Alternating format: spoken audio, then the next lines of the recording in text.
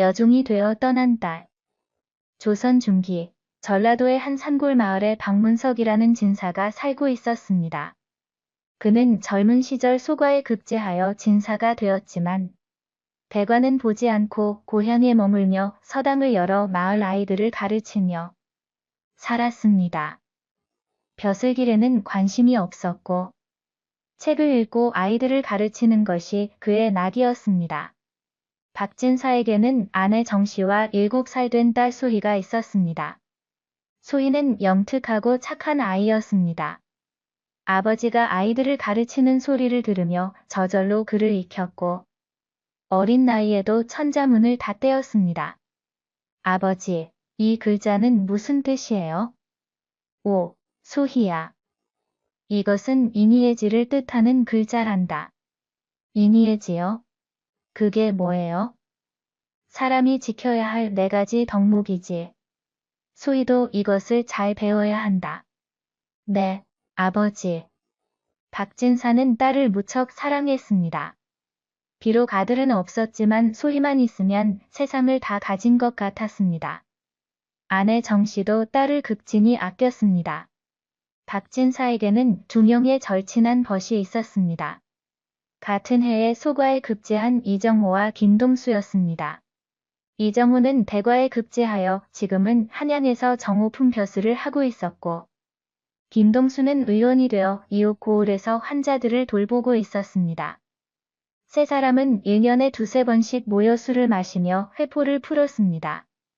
문서, 자네는 정말 욕심이 없어. 자네 실력이면 대과도 쉽게 급제할 텐데. 이정호가 말했습니다. 나는 이것으로 족하네. 아이들을 가르치는 것이 나에게는 더 의미 있는 일이야. 하지만 벼슬을 하면 가족들도 편하게 살 수 있지 않나? 편하게 사는 것만이 행복은 아니지. 나는 지금도 충분히 행복하네. 김동수가 웃으며 거들었습니다. 그게 바로 문석의 장점이야. 욕심이 없고 만족할 줄 아는 것 말이야. 세 사람은 서로 다른 길을 걷고 있었지만 우정은 변함없었습니다. 하지만 평화로운 나날은 오래가지 못했습니다. 어느 해 여름, 큰 전염병이 마을을 휩쓸었습니다. 박진사의 아내 정씨도 병에 걸렸습니다. 김동수가 달려와 온갖 약을 써보았지만 소용없었습니다. 문서, 미안하네. 내 능력이 부족해서. 다 자네 잘못이 아니네. 운명이겠지. 한 달을 앓던 정씨는 결국 세상을 떠났습니다. 박진사는 아내의 시신을 안고 통곡했습니다. 7살 소희도 어머니 곁에서 울었습니다. 장례를 치르는데 많은 돈이 들었습니다. 박진사는 가진 돈을 모두 쏟아부었지만 부족했습니다. 결국 집과 땅 일부를 팔아야 했습니다. 장례 후 남은 것은 작은 초가집과 아버지와 딸뿐이었습니다. 박진사는 계속 서당을 운영했지만 전염병으로 마을 사람들이 많이 죽어 서당에 오는 아이들도 줄었습니다. 수입이 끊기자 생활이 어려워졌습니다. 아버지, 저녁은 안 드세요? 아버지는 배가 안 고프구나. 소희가 먹어라.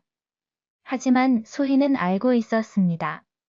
아버지가 굶고 계신다는 것을. 그래서 자신의 밥도 몰래 덜어서 아버지 그릇에 담았습니다. 석 달이 지났습니다. 상황은 나아지지 않고 오히려 악화되었습니다. 쌀독이 바닥났고 먹을 것이 없었습니다. 박진사는 품팔이라도 하려 했지만 양반이라는 자존심 때문에 쉽지 않았습니다. 어느 날 마을의 부자 최만호가 박진사를 찾아왔습니다. 진사님, 제가 도와드리고 싶습니다. 고맙지만 괜찮습니다. 아니십니다. 진사님께서 우리 아이들을 가르쳐 주시는 애를 어찌 있겠습니까? 최만호는 쌀 한 가마니를 놓고 갔습니다. 박진사는 감사했지만 한편으로는 자존심이 상했습니다. 한 달 후 최만호가 다시 찾아왔습니다. 진사님, 제안이 하나 있습니다. 무슨 제안입니까? 따님을 저희 집에서 일하게 해주시면 어떻겠습니까? 저희 부인의 시녀로 말입니다. 박진사는 얼어붙었습니다. 그게 무슨 말씀입니까? 소희는 양반의 딸입니다. 물론입니다. 하지만 지금 진사님 형편이 어려우시지 않습니까? 따님께서 일하시면 의식주가 해결되고 진사님도 편하실 텐데요. 안 됩니다. 그럼 이렇게 하시죠. 1년만 보내주십시오. 1년 후에는 돌려드리겠습니다. 그리고 그동안 진사님께도 매달 쌀을 보내드리겠습니다. 박진사는 고개를 저었습니다. 하지만 최만호는 계속 찾아와 설득했습니다. 한 달이 더 지났습니다. 박진사와 소희는 굶주림에 시달렸습니다. 어느 날 소희가 쓰러졌습니다. 영양실조였습니다. 박진사는 김동수에게 편지를 보냈습니다. 김동수가 급히 달려와 소희를 진찰했습니다. 문서, 소희가 많이 약해졌네. 제대로 먹지 못한 것 같아. 내가 무능해서 그렇네.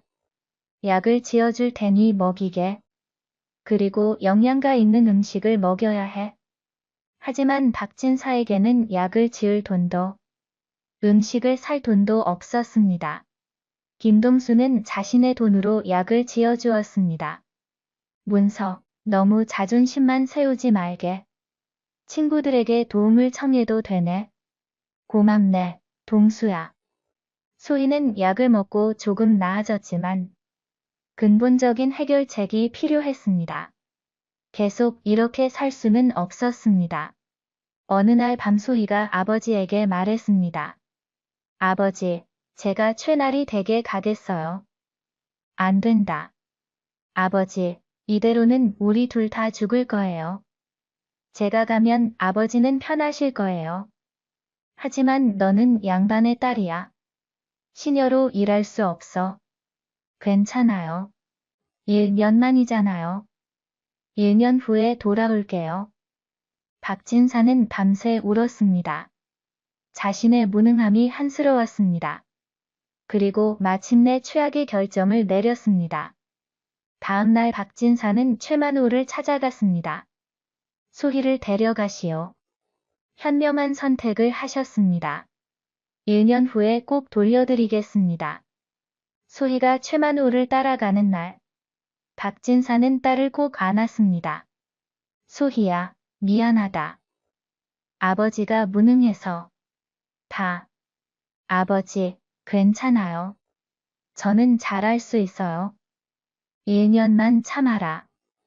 아버지가 꼭 데리러 올게. 네, 아버지. 건강하세요. 소희는 울지 않으려고 애썼습니다. 하지만 집을 떠나는 순간 눈물이 쏟아졌습니다. 박진사는 빈집에 혼자 남았습니다.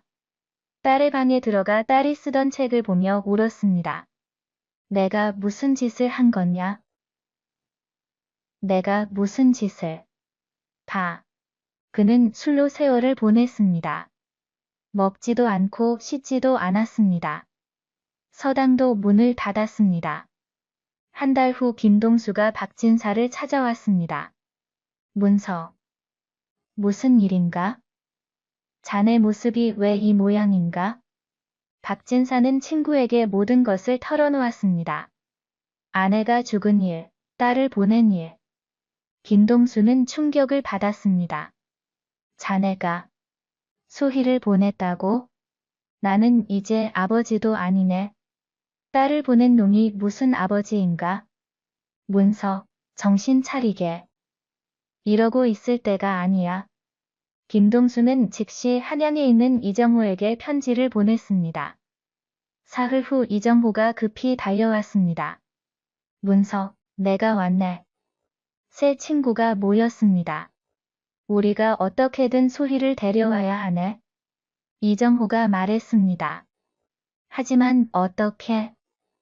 나는 이미 계약을 했네. 계약이 뭐가 중요한가? 자네 딸이 더 중요하지. 하지만 돈이. 이정호가 주머니에서 은자를 꺼냈습니다. 내가 15년 동안 모은 돈이네. 100냥이 있네. 자네가 왜 그렇게까지 다 친구니까. 그리고 소희는 내 조카나 다름없지 않은가? 김동수도 돈을 꺼냈습니다. 나는 50냥밖에 없지만 전부 주겠네. 자네들. 박진사는 두 친구 앞에서 무릎을 꿇었습니다. 고맙네. 정말 고맙네. 다 일어나게. 우리가 친구 아닌가? 세 사람은 최만호를 찾아갔습니다. 최나리, 우리가 소희를 데려가고 싶소. 계약이 끝나지 않았는데요. 이정호가 앞으로 나섰습니다. 나는 한양에서 정호품 벼슬을 하는 이정호라고 하오. 우리가 돈을 드릴 테니 소희를 돌려주시오. 최만호의 얼굴이 굳어졌습니다. 정호품이면 상당한 권력자였습니다. 그게 150냥을 드리겠소. 그러니 당장 소희를 돌려보내시오. 최만호는 떨리는 손으로 돈을 받았습니다. 알겠습니다. 소희가 불려왔습니다. 한 달 만에 많이 여의어 있었습니다. 아버지, 소희야. 부녀는 서로를 껴안고 울었습니다. 집으로 돌아오는 길에 소희는 두 아저씨에게 절했습니다. 고맙습니다. 평생 은혜를 잊지 않겠습니다. 소희야, 우리는 내 아버지의 친구다. 당연한 일을 했을 뿐이야. 집에 도착한 후 박진사는 친구들에게 말했습니다. 이 은혜를 어떻게 갚아야 할지 모르겠네. 은혜는 무슨... 친구끼리 당연한 거 아닌가? 이정호가 말했습니다. 문서, 자네가 정말 은혜를 갚고 싶다면 다시 일어나게. 다시 일어나다니? 그래, 서당을 다시 열고 아이들을 가르치게. 그것이 자네가 할 수 있는 가장 의미 있는 일이네. 김동수도 거들었습니다. 그리고 소희도 잘 키우게. 그 아이가 행복하게 자라는 것을 보는 것이 우리의 바람이네. 박진사는 눈물을 흘렸습니다. 알겠네. 그렇게 하겠네. 그날부터 박진사는 다시 일어섰습니다. 서당을 다시 열었고 아이들을 가르쳤습니다. 소희도 아버지를 도우며 동생들을 돌봤습니다. 2년이 지났습니다. 박진사는 예전보다 더 열심히 아이들을 가르쳤습니다. 가난했지만 보람이 있었습니다. 소희도 건강하게 자랐습니다. 어느 날 이정호가 찾아왔습니다. 문서, 한양에서 큰 서원을 짓는다네. 거기서 훈장을 구하는데 자네에게 추천하고 싶네. 나를? 그래, 자네 실력이면 충분해. 그리고 보수도 좋네. 박진사는 고민했습니다. 한양에 가면 소희와 떨어져야 했습니다. 고맙지만 사양하겠네. 나는 여기서 소희와 함께 있고 싶네. 그럴 줄 알았어. 하지만 제안은 해봤네. 3년이 더 지났습니다. 소희는 이제 12살이 되었습니다. 영특하고 예쁘게 자랐습니다. 어느 날 좋은 혼담이 들어왔습니다. 이정호가 소개한 한양의 젊은 선비였습니다. 문서, 그 선비는 나의 조카라네. 인품도 좋고 학식도 뛰어나네. 고맙네, 정호야. 소희는 장성하여 좋은 집안으로 시집을 갔습니다. 박진사는 딸의 혼례를 치르며 눈물을 흘렸습니다. 소희야, 행복하게 살아라. 네, 아버지. 아버지도 건강하세요. 10년이 지났습니다. 박진사는 이제 60이 넘었습니다. 여전히 서당을 운영하며 아이들을 가르치고 있었습니다. 어느 날 세 친구가 다시 모였습니다. 세 사람 모두 나이가 들어 머리가 희끗해졌습니다. 벌써 10년이 지났구만. 그때 일이 어제 일 같네. 박진사가 말했습니다. 자네들에게 고백할 게 있네. 무엇인가? 그때 나는 죽으려고 했었네. 소희를 보낸 후 며칠 동안 자결을 생각했었지. 두 친구는 놀랐습니다. 정말인가? 그래. 하지만 자네들이 나를 구해줬네. 자네들의 우정이 나를 다시 일으켜 세웠지. 이정호가 박진사의 어깨를 두드렸습니다. 그건 우리도 마찬가지네. 자네가 행복해지는 것을 보며 우리도 행복했네. 김동수가 덧붙였습니다. 그리고 소희가 잘 자란 것을 보니 뿌듯하네. 마치 내 딸 같았거든. 세 사람은 웃으며 술을 마셨습니다. 20년이 더 지났습니다. 세 친구는 모두 은퇴하여 고향에서 살고 있었습니다. 소희는 이제 중년의 부인이 되었지만 여전히 자주 아버지를 찾아뵀습니다. 박진사가 세상을 떠날 때 세 친구가 모두 모였습니다. 문석, 편히 가게. 자네들, 고맙네. 평생 고마웠네. 우리가 더 고맙네. 자네 같은 친구를 두어서. 박진사는 미소 지으며 눈을 감았습니다. 장례식에는 많은 사람들이 참석했습니다. 박진사가 가르친 제자들, 마을 사람들, 그리고 가족들. 소희가 아버지 영정 앞에서 말했습니다. 아버지, 평생 수고하셨어요. 저와 함께 해주셔서 감사했어요. 그리고 아버지의 두 친구분들께도 감사드려요. 이정호와 김동수도 절을 올렸습니다. 그로부터 100년이 지났습니다. 박진사와 두 친구의 우정 이야기는 전설이 되어 전해졌습니다. 마을에는 세 친구의 우정을 기리는 비석이 세워졌습니다. 박문석, 이정호, 김동수. 평생을 함께한 세 친구. 그들의 우정이 한 가족을 구하고 많은 이에게 감동을 주었다. 진정한 우정은 이런 것이다. 이 이야기는 우리에게 많은 것을 가르쳐 줍니다. 진정한 우정은 어려울 때 빛을 발하고 친구는 평생의 보물이며 함께하는 힘이 세상을 바꿀 수 있다는 것을 들어주셔서 감사합니다. 구독과 좋아요 부탁합니다.